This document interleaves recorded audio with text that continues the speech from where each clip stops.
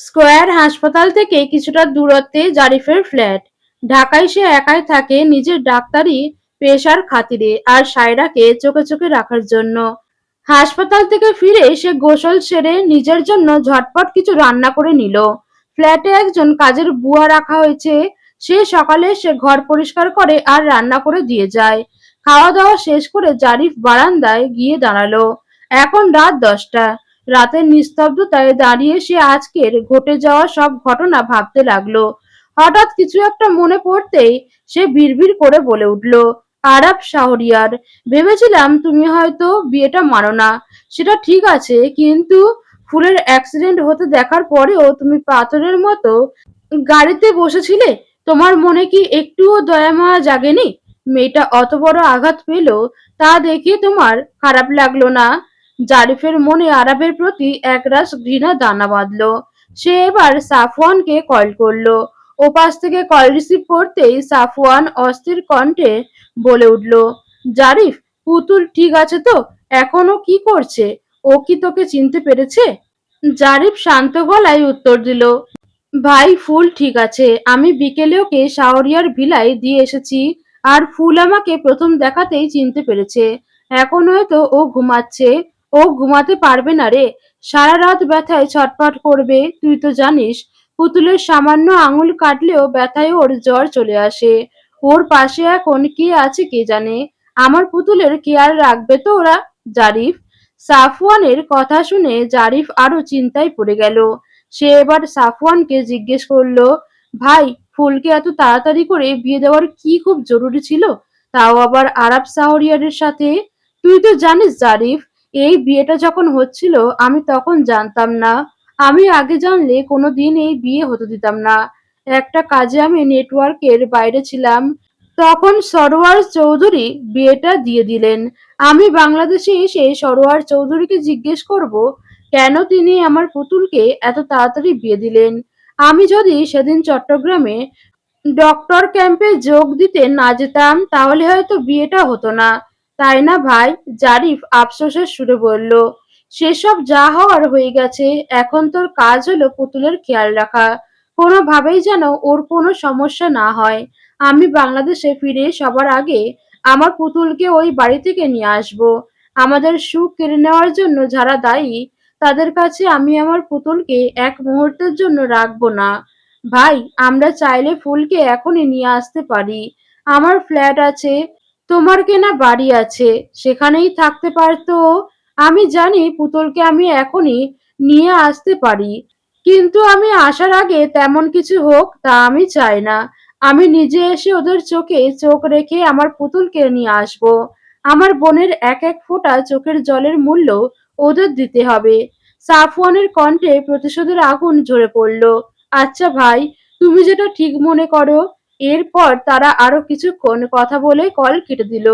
জারিফ বারান্দায় আর কিছুক্ষণ দাঁড়িয়ে রাতের ইমেল বাতাস গায়ে লাগিয়ে নিজের রুমের ভিতরে ঢুকে পড়ল।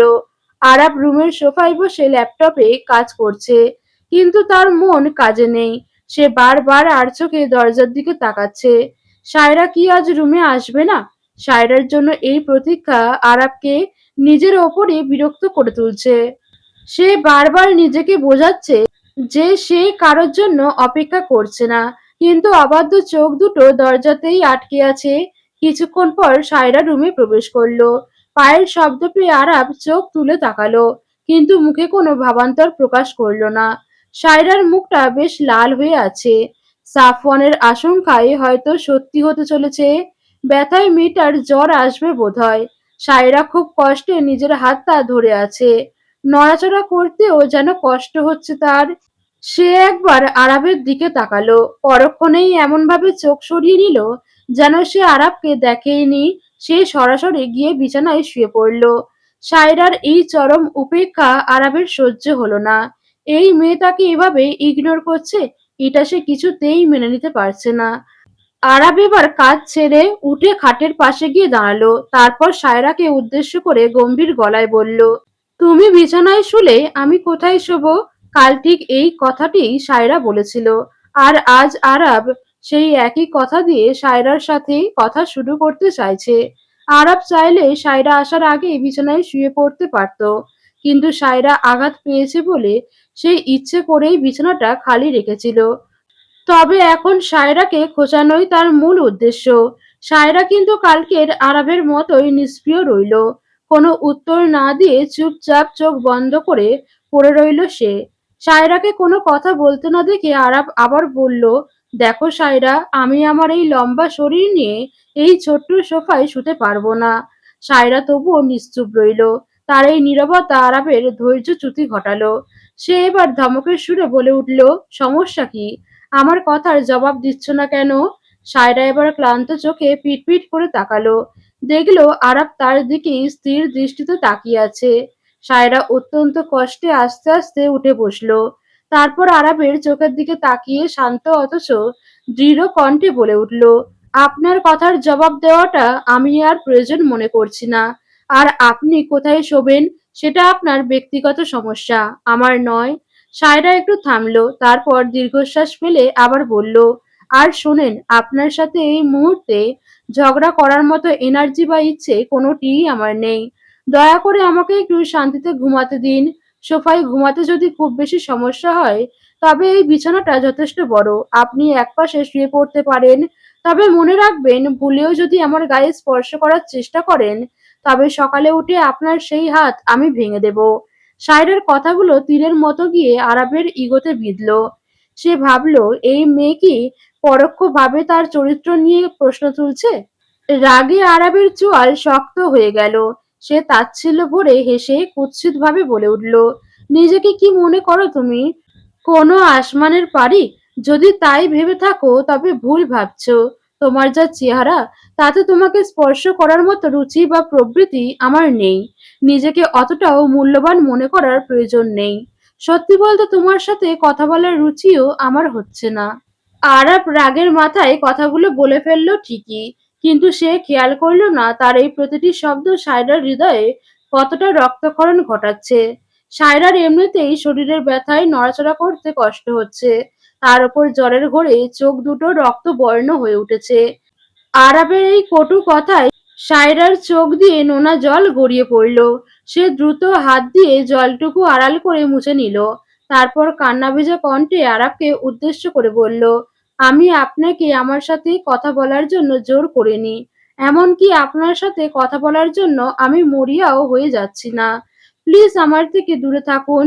যতদিন এই বাড়িতে আছি আমার সাথে কোনো কথা বলার প্রয়োজন নেই আপনার। বলেই সায়রা ওপাশ ফিরে শুয়ে পড়ল। ঘরের নিস্তব্ধতায় আরাবের যেন এতক্ষণে হুঁশ ফিরল। সে বুঝতে পারল রাগের মাথায় আবারও সেই সায়রাকে প্রচন্ড আঘাত দিয়ে ফেলেছে।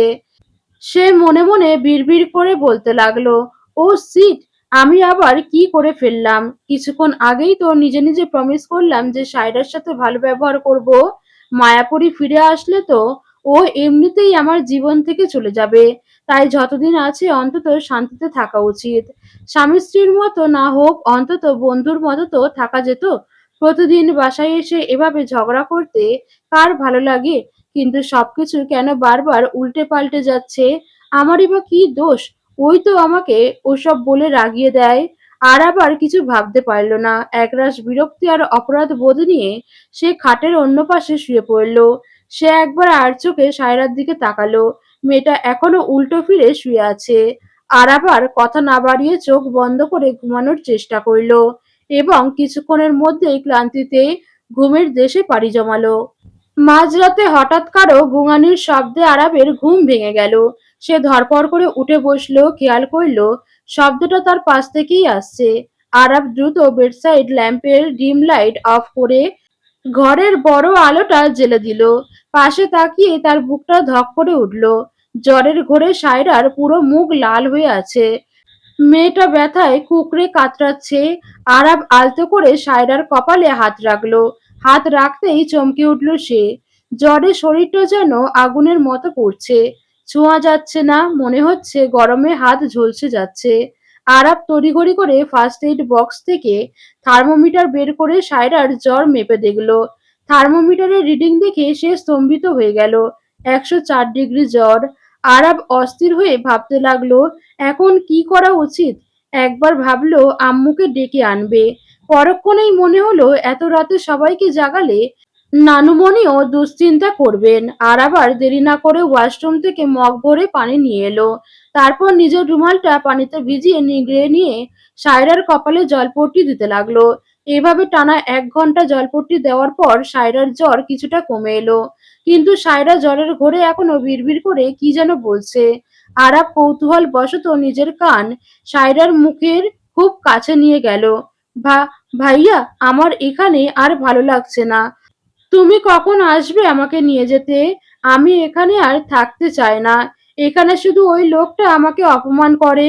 তুমি এসে আমাকে নিয়ে যাও না। ওই লোকটাকে তুমি আচ্ছা করে পানিশমেন্ট দেবে তোমার পুতুলকে কষ্ট দেওয়ার জন্য। কিন্তু তুমি আসছো না কেন? কবে আসবে তোমার পুতুলকে নিয়ে যেতে? সায়রা এবার ছোট্ট বাচ্চাদের মতো ঠোঁট উল্টে আক্ষেপ করে বলল, তুমি আসলে আমি তোমার সাথে পুরো একদিন কথা বলবো না। না না, তোমার পুতুল তো তার ভাইয়ের সাথে একদিন কথা না বলে থাকতে পারবে না। আমি বরং 4 বছরের পানিশমেন্ট হিসেবে 4 ঘন্টা কথা বলবো না। হ্যাঁ, এটাই ঠিক। কথাগুলো বলতে বলতে সায়রা আবার গভীর ঘুমে তলিয়ে গেল। আরাব আস্তে করে সায়রার মুখের সামনে থেকে নিজের মুখটা সরিয়ে নিল। কিন্তু তার কানে তখনও সায়রার বলা সেই বিষণ্ণ কথাগুলো বাজছে। ওই লোকটাকে তুমি আচ্ছা করে পানিশমেন্ট দেবে তোমার পুতুলকে কষ্ট দেওয়ার জন্য। আরাব স্পষ্ট বুঝতে পারল ওই লোকটা বলতে সায়রা তাকেই বুঝিয়েছে। নিজের অজান্তেই তার বুকের ভেতরটা এক অজানা দহনে হাহাকার করে উঠল। সে আজ অনুভব করল নিজের মায়াপরীকে খুঁজতে গিয়ে সে তার সামনে থাকা এই রক্ত মাংসের মানুষটাকে প্রতিনিয়ত কি ভীষণ অপমান আর অবহেলা করে যাচ্ছে। সে তো চাইলেই সায়রাকে সবকিছু শান্তভাবে বুঝিয়ে বলতে পারত। কিন্তু তা না করে সে শুধু সায়রার প্রতি একের পর এক অন্যায় করেই গেছে। এই অসুস্থ মেয়েটার করুণ আর অসহায় মুখটার দিকে তাকিয়ে আরাবের মনে হলো সে কি আসলেই ক্ষমা পাওয়ার যোগ্য। আর আবার কিছু না ভেবে পুনরায় সায়রার মাথায় জলপট্টি দিতে শুরু করলো। সে সায়রার মুখের দিকে তাকিয়ে দেখলো মেয়েটা এখনো ঠিক ছোট্ট বাচ্চাদের মতো ঠোঁট উল্টে আছে। সায়রার এই নিষ্পাপ ভঙ্গি দেখে আরাবের মাথার সব দুশ্চিন্তা যেন মুহূর্তেই ভ্যানিশ হয়ে গেল। সে আনমনে এক চিলতে হেসে নিজের মনেই বলে উঠল, আব্বু আম্মু আমাকে একটা বাচ্চার সাথে বিয়ে দিয়েছেন, যে কিনা এখনো বাচ্চাদের মতো জ্বরের ঘোরে অভিযোগ করতে করতে ঠোঁট উল্টে রাখে। একদম একটা পুতুল বাচ্চা। তবে যাই বলো, কিউট আছে তোমার বউটা। কথাটা বলার পর মুহূর্তেই আরাব নিজেই নিজের ভাবনায় চমকে উঠল। সেই সায়রাকে আমার বউ বলছে, পরক্ষণেই সে নিজের ওপর বিরক্ত হলো। সে তো ঠিক করেছিল সায়রাকে বড়জোর বন্ধুর মর্যাদা দেবে, কিন্তু বউ হিসেবে গ্রহণ করা তো অসম্ভব। সে তো তার মায়াপরীকে ভালোবাসে। কিন্তু কেন জানি না সায়রার জ্বরের ঘোরে বলা এই কথাগুলো শুনে মায়াপরীর কথা আজ আরো বেশি মনে পড়ছে।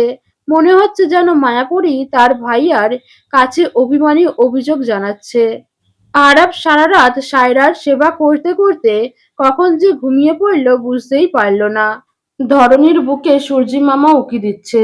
জানলার ফাঁক দিয়ে সকালের মিষ্টি রোদ ঘরে এসে আলোকিত করছে। রোদের তীব্রতা সায়রার মুখের ওপর পড়তেই তার কপাল কুঁচকে গেল।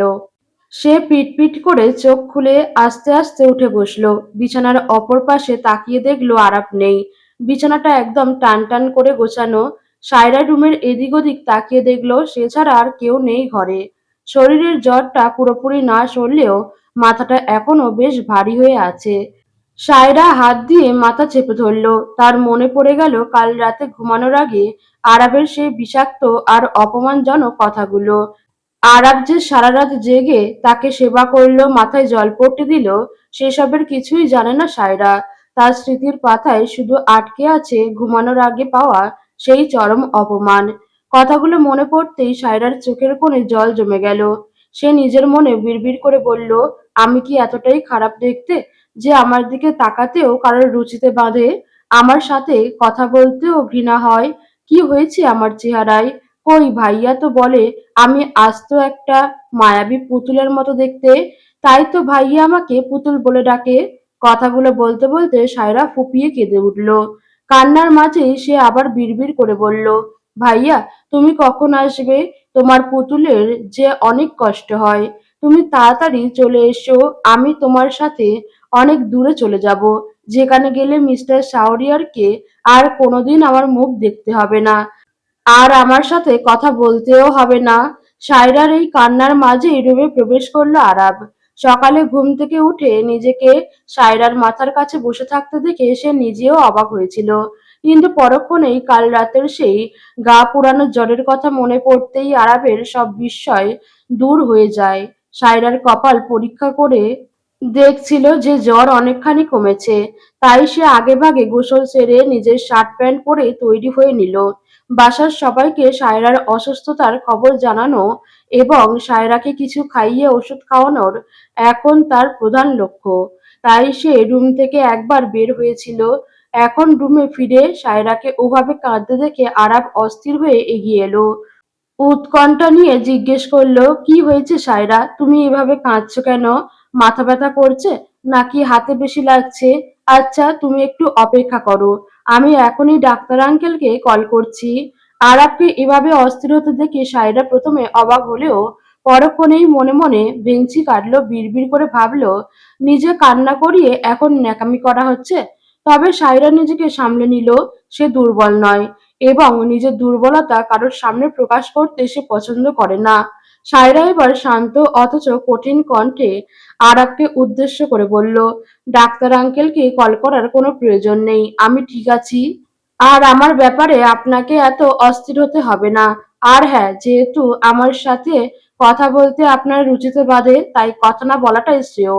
আম্মু বলেছে একই রুমে থাকতে হবে, কিন্তু কিভাবে থাকতে হবে সেটা বলেনি। আমি এই বাড়িতে আর মাত্র কিছুদিনের অতিথি। যতদিন আছি চেষ্টা করব আপনার থেকে যতটা সম্ভব দূরে থাকতে। আপনিও আমার থেকে দূরে থাকবেন, সেটাই মঙ্গল। সায়রার কথাগুলো শুনে কেন জানি আরাবের বুকটা হু হু করে উঠল। সে সায়রাকে কিছু বলতে যাবে, তার আগেই সায়রা বিছানা থেকে নেমে অতি কষ্টে ধীর পায়ে ওয়াশরুমের দিকে এগিয়ে গেল এবং দরজা বন্ধ করে দিল। আরাব শুধু সায়রার যাওয়ার পথের দিকে তাকিয়ে একটা দীর্ঘশ্বাস ফেলল। কাল রাতের সেই নিষ্ঠুর কথাগুলো সায়রার মনে কতটা গভীর ক্ষত সৃষ্টি করেছে তা সে হাড়ে হাড়ে টের পাচ্ছে। আরাব মনে মনে ঠিক করলো, যেভাবেই হোক সায়রার কাছে তাকে ক্ষমা চাইতেই হবে। ড্রয়িং রুমে বসে মনোযোগ দিয়ে খবরের কাগজ পড়ছে আহসান শাহরিয়ার। তার পাশেই বসে আয়েশ করে চা খাচ্ছেন শাশুড়ি দিলোয়ারা বেগম। আরিশা এখনো ঘুম থেকে ওঠেনি আর শারমিন শাহরিয়ার রান্নাঘরে সকালের নাস্তা বানাতে ব্যস্ত। কিছুক্ষণ আগে আরাব যখন এসে জানালো সায়রার হাতের ব্যথায় প্রচন্ড জ্বর উঠেছে, তখন শারমিন বেগম সায়রাকে তখনই দেখতে যেতে চেয়েছিল, কিন্তু আরাব বারণ করে বলল, সায়রা সারা রাত ব্যথায় ঘুমাতে পারেনি, এখন কেবল একটু চোখ বুজেছে, তাই এখন ডিস্টার্ব না করাই ভালো। সেই কথা শুনে তিনি আর উপরে যাননি, বরং তড়িঘড়ি করে রান্নাঘরে চলে এসেছেন সায়রার জন্য এমন কিছু রান্না করতে যা জ্বরের মুখে খেতে ভালো লাগবে। মেয়েটাকে কিছু খাইয়ে ওষুধ না খাওয়ালে তো আর জ্বর যাবে না। এমন সময় সিঁড়ি বেয়ে ধীর পায়ে নিচে নেমে এলো সায়রা। পরনে তার গোলাপি রঙের সালোয়ার কামিজ আর মাথায় সুন্দর করে জড়ানো সাদা ওড়না। জ্বরের কারণে তার বড় বড় পাপড়িযুক্ত চোখগুলো কিছুটা লাল হয়ে আছে। মুখটা দেখাচ্ছে ফ্যাকাশে শিউলি ফুলের মতো। ঠোঁট দুটো শুকিয়ে গেলেও সায়রাকে এই অবস্থায় দেখে মনে হচ্ছে ঠিক যেন সদ্য ফোটা একগুচ্ছ ফুল। মাত্র গোসল করে আসার কারণে ভেজা চুলে জলের বিন্দুগুলো মুক্তোর মতো জ্বলছে, আর কোমর ছাপানো চুল থেকে টপ টপ করে পানি ঝরছে। সে নিচতলায় ড্রয়িং রুমে বসে থাকা শ্বশুর আর নানি শাশুড়িকে দেখে তাদের দিকে এগিয়ে গেল। দিলোয়ারা বেগম সায়রাকে দেখা মাত্র চায়ের কাপটা টেবিলে রেখে তাকে নিজের কাছে ডেকে পাশে বসালেন। তারপর সায়রার মাথায় পরম মমতায় হাত বুলিয়ে দিয়ে জিজ্ঞেস করলেন, এখন শরীর কেমন লাগছে রে নাথ বউ? জ্বরটা কি একটুও কমেছে? বলতে বলতে তিনি সায়রার কপালে হাত দিয়ে তাপমাত্রা পরীক্ষা করলেন। তারপর দীর্ঘশ্বাস ফেলে বললেন, নাথবু, জ্বর তো এখনো বেশ আছে। শাশুড়ি মায়ের কথা শুনে খবরের কাগজ সরিয়ে রেখে আহসান শাহরিয়ার বললেন, মামনি, তোর কি খুব বেশি খারাপ লাগছে? চল তবে একবার ডাক্তারের কাছে যাই। না আব্বু, আমি ঠিক আছি, আমি ডাক্তারের কাছে যাব না, এমনিতে ভালো হয়ে যাব। সায়রা শান্ত স্বরে উত্তর দিল। আহসান শাহরিয়ার বারবার বোঝানোর চেষ্টা করলেন যে শরীর নিয়ে হেলাফেলা করা ঠিক নয়, কিন্তু সায়রা কিছুতেই হাসপাতালে যেতে রাজি হলো না। তিনি আর জেদ করলেন না। দিলোয়ারা বেগম এবার রান্নাঘরের দিকে তাকিয়ে শারমিন শাহরিয়ারকে ডাক দিলেন। শারমিন, তাড়াতাড়ি নাত বউয়ের জন্য কিছু খাবার নিয়ে আয়। ওকে কিছু খাইয়ে ওষুধ খাওয়াতে হবে, শরীর এখনো বেশ গরম। মায়ের ডাক শুনে হাতের পানি মুছতে মুছতে বেরিয়ে এলেন শারমিন শাওরিয়ার। সায়রার কাছে এসে মাথায় হাত বোলাতে গিয়ে তিনি খেয়াল করলেন সায়রার ভেজা চুল থেকে পানি ঝরছে। তিনি এবার সায়রাকে আদুরে ধমক দিয়ে বললেন, জ্বরে গা পুড়ে যাচ্ছে আর তুই গোসল করে চুলগুলো না মুছেই চলে আসলি? শাশুড়ির এমন মায়ামাখা ধমক শুনে সায়রা বাচ্চাদের মতো মুখ করে বলল, আমার হাত খুব ব্যথা করছে আম্মু, তাই চুলগুলো একা মুছতে পারিনি। তো আমাকে একবার ডাকবি না? কতবার বলেছি যে কোনো সমস্যার আগে আমাকে জানাবি। মা থাকতে মেয়ের কিসের অসুবিধা? শারমিন বেগমের কণ্ঠে আক্ষেপ ঝরে পড়ল। তুমি সকালের নাস্তা বানাচ্ছিলে, তাই তোমাকে আর বিরক্ত করিনি। সায়রা নিচু স্বরে বলল, একদম মার দেব। মায়ের কাছে সবার আগে তার সন্তান। তুই আমার মেয়ে, তুই আমাকে ডাকলে আমি কেন বিরক্ত হব? সায়রা যখন দেখলো তার শাশুড়ি সত্যিই রেগে যাচ্ছেন, সে এবার তার কোমর জড়িয়ে ধরে আদুরে স্বরে বলল, সরি আম্মু, আর এমন ভুল হবে না। শারমিন শাওরিয়ার মনে মনে বললেন, হলেই ভালো। তিনি সায়রার মাথা থেকে ওড়না সরিয়ে নিজের শাড়ির আঁচল দিয়েই অতি যত্নে সায়রার ভেজা চুলগুলো মুছিয়ে দিতে লাগলেন। এতক্ষণ দোতলার করিডোরে দাঁড়িয়ে মা আর সায়রার এই অকৃত্রিম ভালোবাসা দেখছিল আরাব। সায়রাকে তার মায়ের সাথে এভাবে মিশে যেতে দেখে কেন জানি তার বুকের ভেতরটা এক অদ্ভুত প্রশান্তিতে ভরে উঠল। তার খুব ইচ্ছে ছিল মায়াপরীকে তার মায়ের সাথে ঠিক এমন ভাবেই দেখার, কিন্তু মায়াপরী তো হারিয়ে গেছে। সে তো তাকে কোনোদিন চোখেও দেখেনি। সামনে দেখলে হয়তো চিনতেও পারবে না। বন্ধুর মুখে তার রূপের বর্ণনা শুনেই তাকে দেখার প্রবল ইচ্ছা জেগেছিল, কিন্তু তখন চাইলেও দেখা হয়ে ওঠেনি। একসময় বন্ধুর মুখে সেই বর্ণনা শুনতে শুনতেই সে মেয়েটাকে ভালোবেসে ফেলেছিল। তখন তার মনে হয়েছিল যদি আগেভাগেই দেখে ফেলে তবে হয়তো আগ্রহ কমে যাবে, তাই পরে দেখার সুযোগ থাকলেও সে নিজে থেকেই দেখেনি। কিন্তু এখন সেই বর্ণনাগুলো মনে করে চোখ বন্ধ করলেই বারবার সায়রার মুখটা ভেসে উঠছে। কেন এমন হচ্ছে আরাপ নিজেও তা বুঝতে পারছে না। তাকে দ্রুত মায়াপরীকে খুঁজে বের করতে হবে। 4 বছর আগে আসলে কি হয়েছিল সেই রহস্যের জট খুলতে হবে। আর সবথেকে গুরুত্বপূর্ণ বিষয়, সায়রা আর তার এই বিয়েটা নিয়ে একটা চূড়ান্ত সিদ্ধান্তে পৌঁছাতে হবে। সে আর কিছু না ভেবে ধীর পায়ে নিচে ড্রয়িং রুমে নেমে এলো। হাসপাতালের করিডোরের চেয়ারে পাশাপাশি বসে আছে আরাব আর আরিশা। সকালে খাওয়া দাওয়া শেষ করে শারমিন শাওরিয়ার সায়রাকে ওষুধ খাইয়ে দিয়েছিলেন। তখন শরীরটা একটু ভালো লাগায় সায়রা সবার সাথে বসে গল্প করছিল। আজ শুক্রবার হওয়ায় বাড়ির সবাই বাসায় আছে। হঠাৎ আহসান শাহরিয়ারের বোনের বাসা থেকে ফোন আসে। ভাই ভাবিকে জরুরি ভিত্তিতে সেখানে যেতে বলা হয়। সায়রা অসুস্থ বলে শারমিন শাহরিয়ার প্রথমে যেতে রাজি হননি, কিন্তু সায়রা নিজেই শাশুড়িকে বুঝিয়ে রাজি করিয়ে পাঠান। তারা চলে যাওয়ার পর সায়রা, আরিশা আর দিলোয়ারা বেগম ড্রয়িং রুমে বসে অনেকক্ষণ গল্প করছিলেন। কিন্তু হঠাৎ সায়রার জ্বর আবার প্রচন্ড বেড়ে যায়।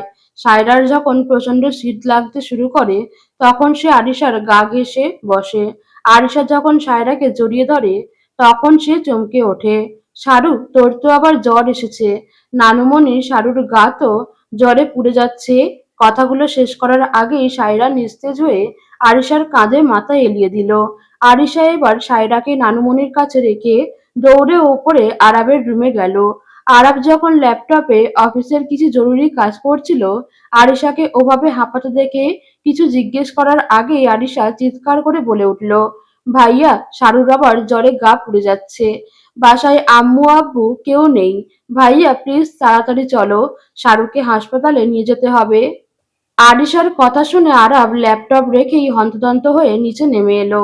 সে দেখলো নানির কোলে মাথা দিয়ে চোখ বুজে পড়ে আছে সায়রা।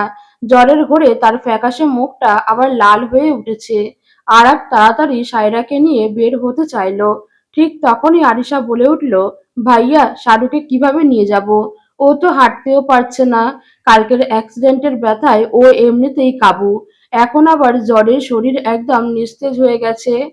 আর আবার কোনো কথা শুনল না। সে সায়রার কাছে এগিয়ে গিয়ে তাকে এক ঝটকায় পাঁজাপোলা করে তুলে নিল। সায়রার তপ্ত নিঃশ্বাস আরাবের ঘাড়ে এসে লাগছে। সে আরিশাকে তার পেছনে আসতে বলে দ্রুত গাড়ির দিকে পা বাড়ালো।